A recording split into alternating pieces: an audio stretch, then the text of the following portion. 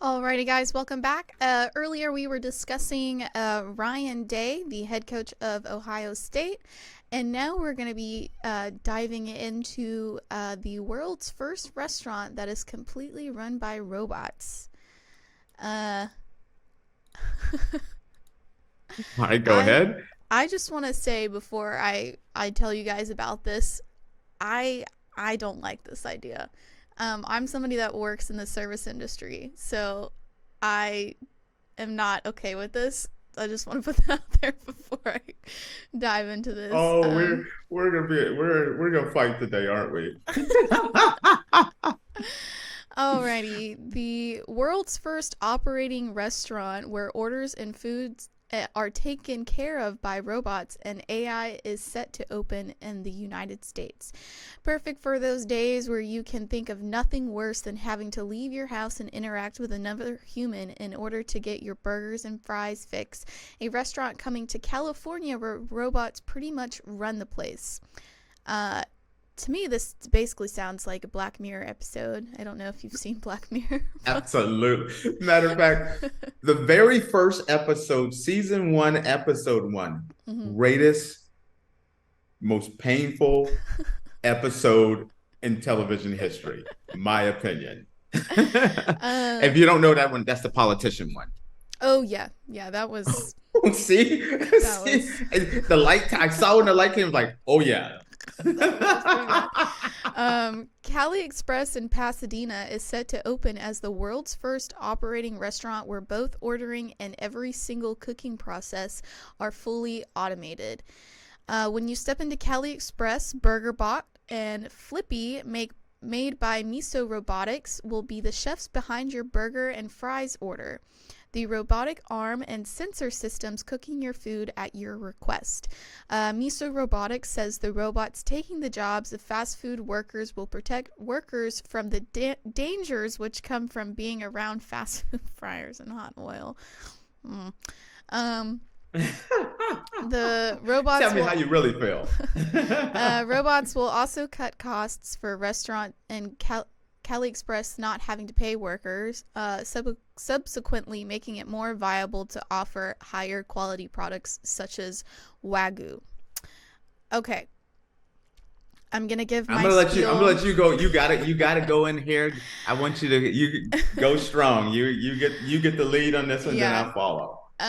So I work in the service industry. I am a server when I am not doing the show or going to class.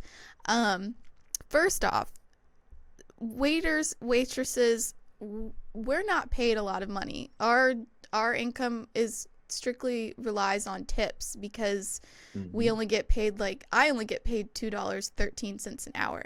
So the fact that they're saying that they're trying to cut restaurant costs by just having robots, you're not spending a lot of money on your employees anyway.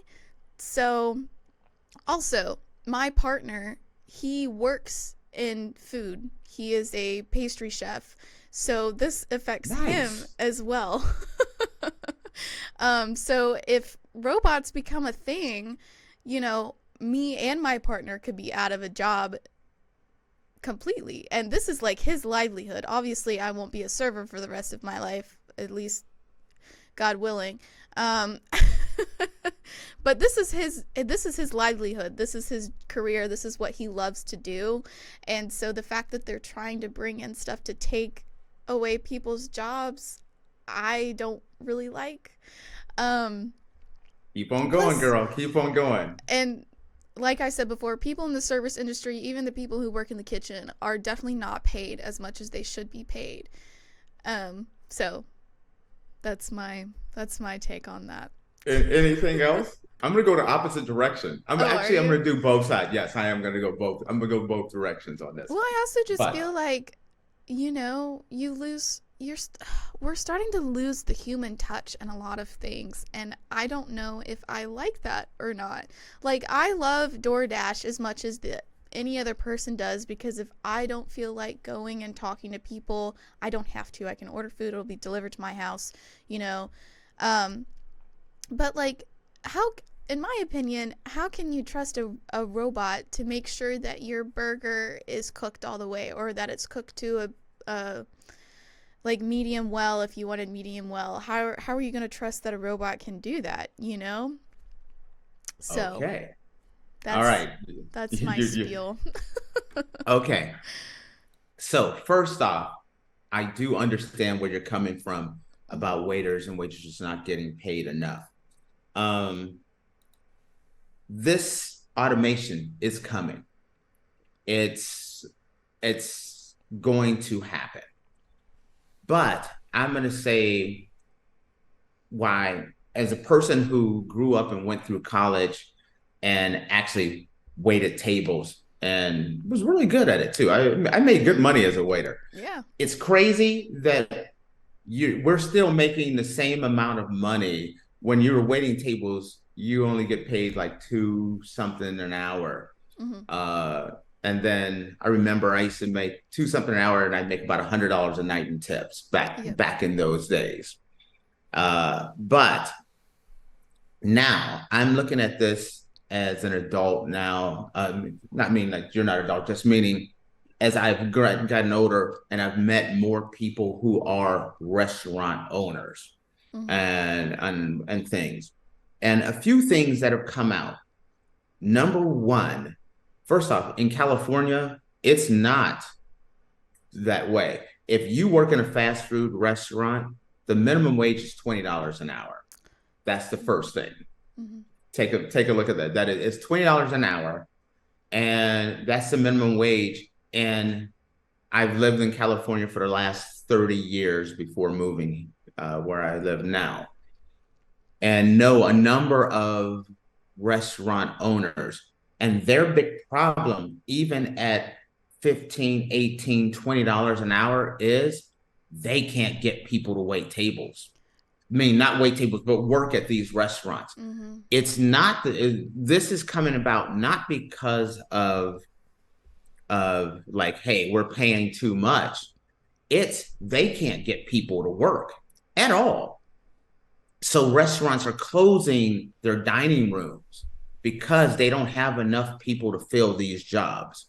Now we're talking about California. I'm not talking about on a national level. I'm just talking about what I have learned from No, talking to people. there's definitely a shortage still in service industry workers. Where I work, we're very short staffed. Like See, last week I had to work a 15-hour shift because they didn't have somebody who could cover the morning shift that I had to work. So, exactly. So yeah. that is the issue. That has been what the big issue has been, is not enough workers. And then when you're in a situation where there's not enough workers, you run into a situation where you're saying not enough workers, not enough quality workers. Uh, for every one faith, there's someone that may have some issues, drug, alcohol, the things of that nature. So there are some issues with some of the workers that they have. Then you also look at the situation of coming off of a pandemic where people are starting to look at food safety. Also, the cost, inflation, as things go up and the cost of, we're talking a burger restaurant, the cost of burgers keep going up and up and up. This is a situation where I have a friend of mine that owns a large group of habit burgers throughout uh, California, and he's Mhm. having these issues. These restaurants, the automated systems does a few things.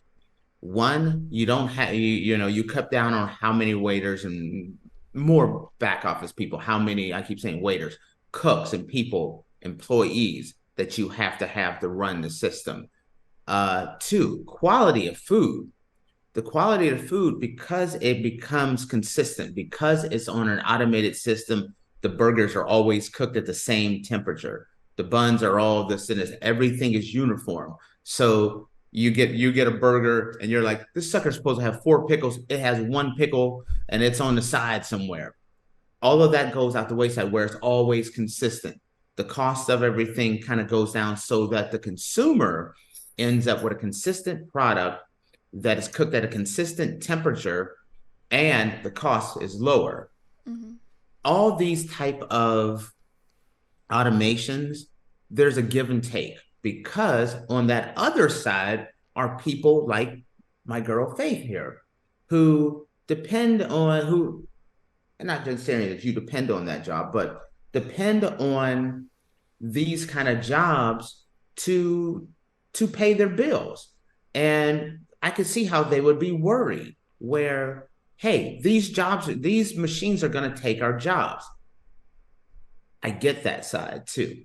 Now, your significant other, I don't see that affecting him because there's a difference between a burger restaurant where your robots are running the drive-through and running certain things, where a pastry chef, a chef, that is a personalized touch where the chef is doing something that's a little bit more than just cookie cutter. These robots are taking away the cookie cutter jobs, but like a high-end pastry chef who's making a wedding cake or making these amazing truffles and turnovers and pastry items, which we all love. I don't see that affecting them, but I do see it affecting more the cooks, the drive-through, the fast food restaurant. I can definitely see the fast food restaurant business ultimately changing. Do you see that? Yeah, no, I understand like where you're coming from that perspective. Because there's already things like that in fast food restaurants. Like, I've gone into McDonald's a couple times, and they have like these huge tablets that you can like the kiosks. Do your we order even on have them instead here. of like going up to the person at the register and taking the order. My only thing is like, go ahead.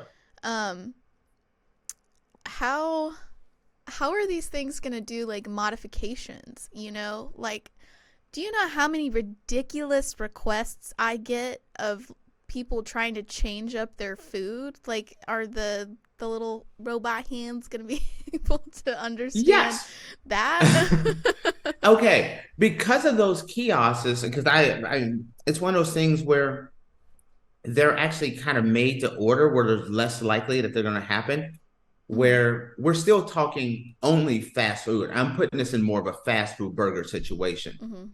I think there's always going to be a need for the Faiths of the world. And that means there's going to be, maybe you're not serving burgers at a Habit Burger any longer or at a Pizza Hut.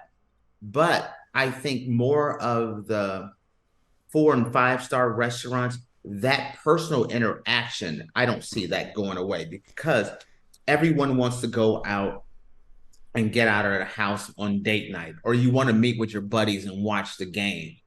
Those places are always, I think, will still be there. Me and my buddies were all going to see the Alabama-Georgia game and then Ohio State-Michigan. That will never disappear. I don't foresee that happening. But hey, I want to swing by McDonald's and get my double Big Mac and fries. Oh, I totally see that going away. Yeah. Do you agree with that, or do you? Yeah, no, I do agree. Coming from? I will say that like fast food places, normally if I'm ordering from fast food, I'm doing DoorDash delivery. So yeah, I don't really interact with anybody with that.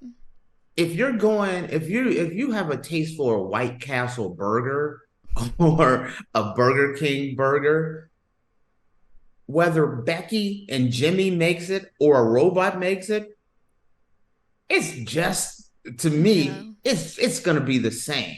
But if I'm going to the local sports bar and I want a beer, I want wings, I want my waitress to bring it out, I want to watch the game and all that stuff, we're not having Judy Jetson's robot come out there and serve you and everything else. You're gonna if you take a sports bar or a Chris out there, and it's Valentine's Day and you and your boyfriend are going to this nice restaurant. You got your hair done, you got a nice outfit on, he's styling and profiling, you guys sit down at the table and this robot in this conveyor belt just spits out food on your table. That's not working. That's never gonna happen. No. Do you No, agree? yes, I do, because I work at a sports bar and I could not imagine like a robot trying to get around all the people that are No. standing up and around watching the game as they're drinking their beers and eating their wings. It would be an absolute mess. My Big Mac and filet of fish as I go through the drive-through get spit out on a conveyor belt. I'm cool with that. I'm going to the sports bar to hang out with my buddies. That's never gonna happen. That's not Yeah. it's not going away. Yeah. Feel a little better? A little bit. Yeah. But I mean, I still, I understand people getting upset about like jobs being taken away because I mean, sometimes that's the only job some people can get at one time. So, Yeah. I yeah. could see a scenario though where the food is more consistent as they're using more artificial intelligence in the back as far as making food, but in the front, guys like you and the people that wait tables and give that personalized experience, that becomes more of a premium. I could see jobs like that not only sticking around, but Mhm. becoming more of a must where they're paying a lot more. They're saving on the back end, but providing a much more pleasurable experience in the dining area where you're bringing in the quality people to work and they're paying them a lot more to give their people their patrons the best experience possible. So I could see a scenario where waiters and waitresses are getting and cashiers are getting taken care of and getting paid more Mhm. because it's more important about that experience you're having in the dining room and less about that experience that's in behind the scene. Well, I guess if you're in California, make sure you're looking out for the robot restaurant, I guess. And see, what do you think about you're in Georgia, so maybe not so much, but living in California, you started to see uh the drones dropping packages off, the robot DoorDash guy that comes to your door and drops your food off, the being in San Francisco and having the self-driving Uber cars. You don't Mhm. have a lot of that in Georgia right now. How do you feel about that? As long as I don't have to tip a robot, I would be fine. I'm not And gonna yes, tip a robot. you you have less of those. Hey, you only gave me $3 on a $30 tip. I mean, on a Yeah. $30 thing, and it's becoming more and more where the DoorDash people are like, "Listen, your tips suck. You need to cough up more money." You Hmm. know what? I'll skip you, Becky, and I'll take the robot. Well, with that, we're gonna take a quick break. And I when don't we think Faith doesn't like me. I may not make it to this next round. She's gonna be able to reach to the screen and start strangling no, me. um, we're gonna take a quick break, and when we come back, we're gonna dive into our oddities of the day.